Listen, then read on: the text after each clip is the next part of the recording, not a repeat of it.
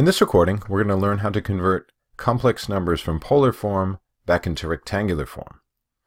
In our previous recording, we talked about how to take the polar form, something that looks like this, with r's and thetas, either in an expanded form, where we see the trig functions, cosine and sine, or just a condensed form, once we understand that there's always going to be a cosine of an angle plus the I times the sine of an angle. We could just write it as r cis theta, the condensed form. So we took it from this form and converted it into a plus bi form. Now we're going to go back in the other direction. So I think you already have these in your notes. If not, go ahead and jot those down. I think you also have the conversion formulas for the complex numbers. So again, a in a plus bi form is the x-coordinate, sort of on a rectangular plane, so that's related to r cosine theta, and b is related to r sine theta, right? It's the y. A, again, is the x, b is the y. So when I want to find r, I just need to do the square root of a squared plus b squared instead of x squared plus y squared as we did when we were doing with x and y's. That's the modulus of the complex number. And then the angle, the argument, is just like we had before, the arctan of y over x, except we're using b over a. Okay, and we have this special consideration here because the arctan is only going to give us angles in quadrants 1 and 2. If we know that the angle is in, or the point is in quadrants 2 or 3, we need to add 180 degrees. And we're going to see an example of that in one of the examples we look at. Okay, so this is what we're going to focus on today, this bottom portion. So here's the question we're going to look at first. Z is the name of the complex number that we're going to look at, and it's 2 minus 2i. We're going to turn it into complex number form. So if you think you can take a shot at it, because I think you have the tools to do it, go ahead and do it. If not, if you want to have me walk you through it, I can do that as well. Okay, so pause if you can. If not, go ahead and watch. Okay, so I need to find basically the r and the theta, because I know if I have r and theta, I can express it in this form, or even this form. So to find r, it's the square root of the a, 2 squared, plus the b, negative 2 squared. That works out to be 4 plus 4, or 8, or square root of 2 square root of 2. We're going to operate in terms of decimals, so let's find the decimal equivalent. We're going to say that's 2.83.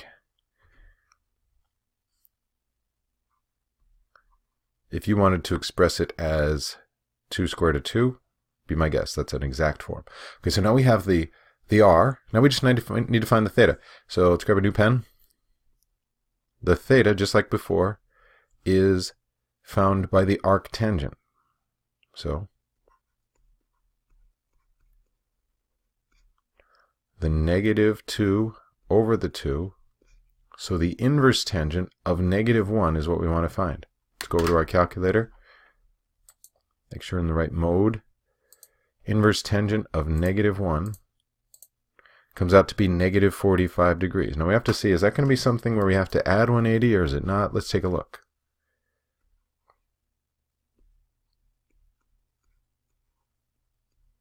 Okay, so let's plot that point. Let's consider where z lies.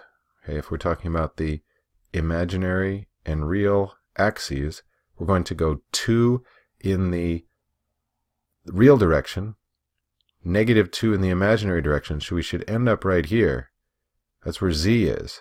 We have to ask ourselves, does that make sense to have an r value of 2.83? Okay, I guess that's reasonable if this is 2, this is 2i, negative 2i I should say, and the theta being negative 45. Yeah, I guess that makes sense. That makes perfect sense. It would be down in that quadrant, in quadrant 4. So I'm going to then express r cis theta, so z, 2.83 times the cosine of negative 45 degrees plus I times the sine of negative 45 degrees. if you'd like to shorten that all up, you can simply write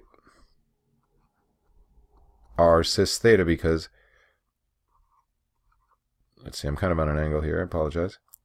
R, and then cis, meaning the cosine times the I times the sine of the angle of negative 45.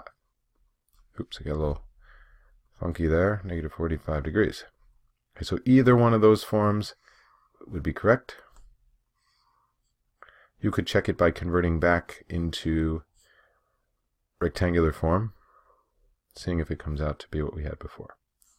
Okay, try this one on your own. Play the recording when you're ready. Okay, so if we worked this one out, paused it, worked it out, want to find the r.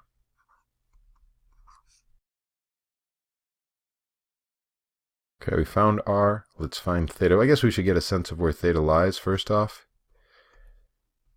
Okay, so if I'm speaking about negative 1 in the real direction, square root of 3 in the imaginary direction, going negative 1 in the real, square root of 3 in the imaginary direction, I should be somewhere here in quadrant 2.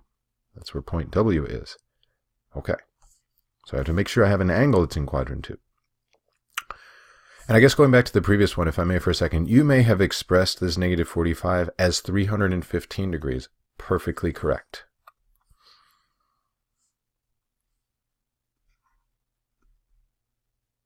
So again, A is negative 1, B is square root of 3.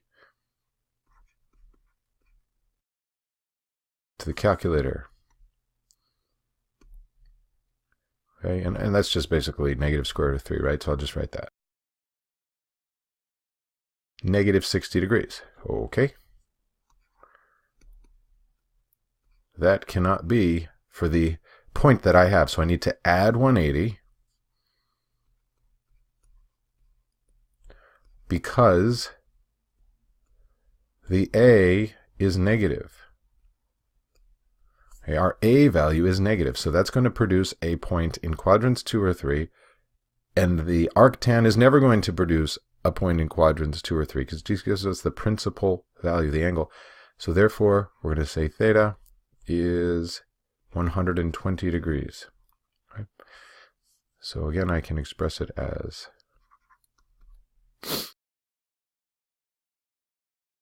or simply write it like this.